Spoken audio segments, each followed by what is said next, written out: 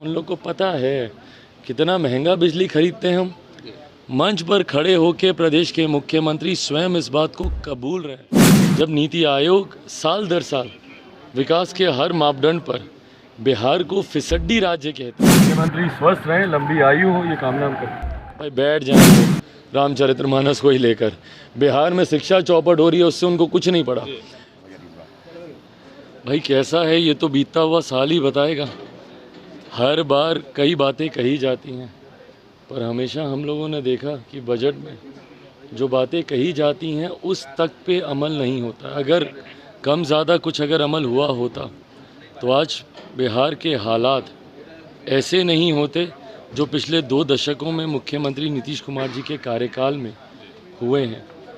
यकीनन ये बजट पूरी तरीके से निराशाजनक है, जहां इसमें कई युवाओं की, आम बिहारियों की उम्मीदों को तो ठेस लगी है, पर एक ऐसा बड़ा वर्ग जो बिहार में निवेश की सोच रखता है, बिहार की अर्थव्यवस्था को बेहतर करने की सोच रखता है, उनको ना के बराबर किसी प्रकार की सहूलियतें मिलना अपने आप में दर्शाता है कि इस बजट के कम से कम बिहार की अर्थव्यवस्था को सुधारने में या एक आम बिहारी की ज़िंदगी को बेहतर बनाने में इस बजट का कोई योगदान नहीं होगा।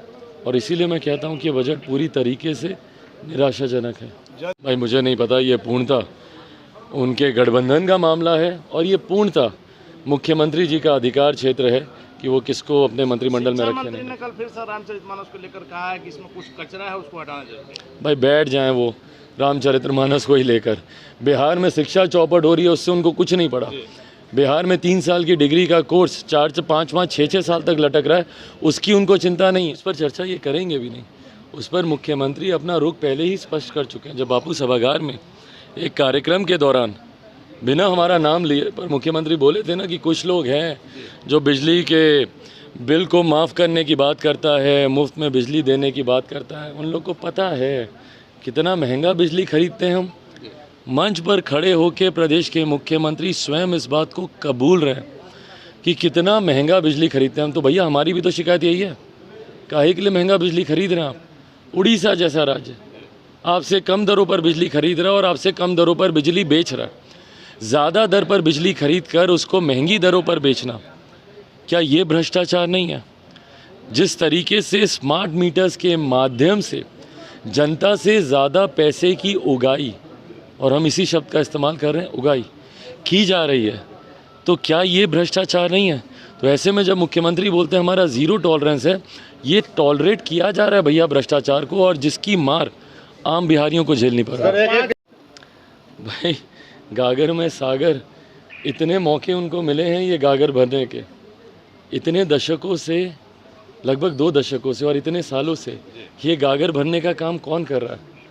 पर अभी तक इस गागर में सागर जैसी कोई बात देखने को मिली नहीं। और ये बात भैया हम ही नहीं कह रहे हैं, आप नीति आयोग की रिपोर्ट देख लीजिए। जब नीति आयोग साल दर साल विकास के हर मापदंड पर बिहार को फिसड्डी राज्य कहती है, तो ये अपने में दर्शाता है भैया कि कहीं ना कहीं आप इकोनॉमिक ग्रोथ को लेकर, आप बिहार की अर्थव्यवस्था को लेकर ये सरकार पूर्णतः फेलियर रही है। सर 10 लाख नौकरी की बात, 10 लाख नौकरी और 2025 तक की बात है सर। 2025 तक ये तो भाई बोल रहे थे कि 10 लाख क्या 20 लाख दे देंगे। भाई मुख्यमंत्री ने यही कहा था और कागज़ पर हो ही रहा। भाई कोई भूल सकता है नियुक्ति पत्र गांधी मैदान में बांटे थे, वर्दी पहने हुए लोगों को बुला कर, जो 2-2, 3-3 महीने की सैलरी उठा चुके थे, उनको बुलाकर नियुक्ति पत्र दिए जा रहे थे। तो इस हिसाब से ही अगर आपको नौकरियां देनी है तो भैया जितने भी सरकारी कर्मचारी हैं बुला लीजिए एक दिन गांधी मैदान में।